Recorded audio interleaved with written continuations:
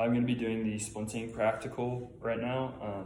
The first thing I'm going to do is use the DOTS method, which is checking for deformities, open wounds, tenderness, and swelling on my patient. In this case, she's going to have a dislocated elbow. Before I do anything, starting the splinting, I'm going to want to check her pulse to make sure there's blood flow going to the arm.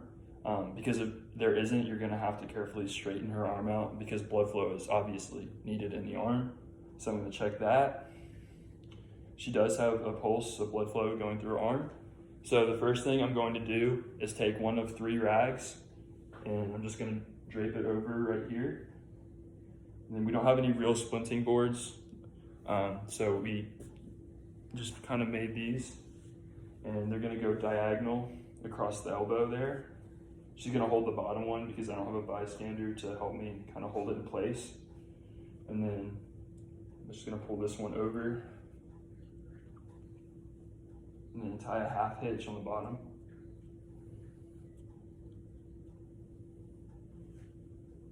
Make sure they kind of stay in place. You can pull this one back a little bit.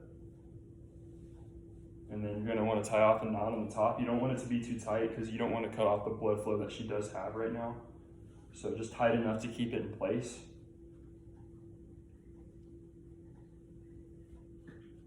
And then you're going to use 2 more.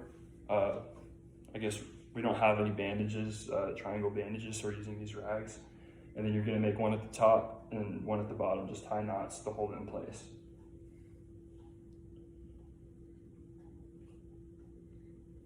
Do a half hitch at the bottom.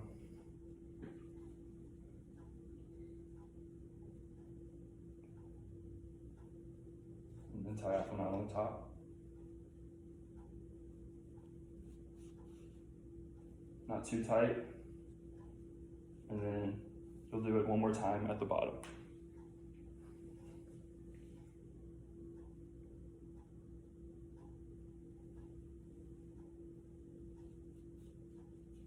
Okay, and once that's done, you're going to go back over and check all the knots to make sure they didn't loosen.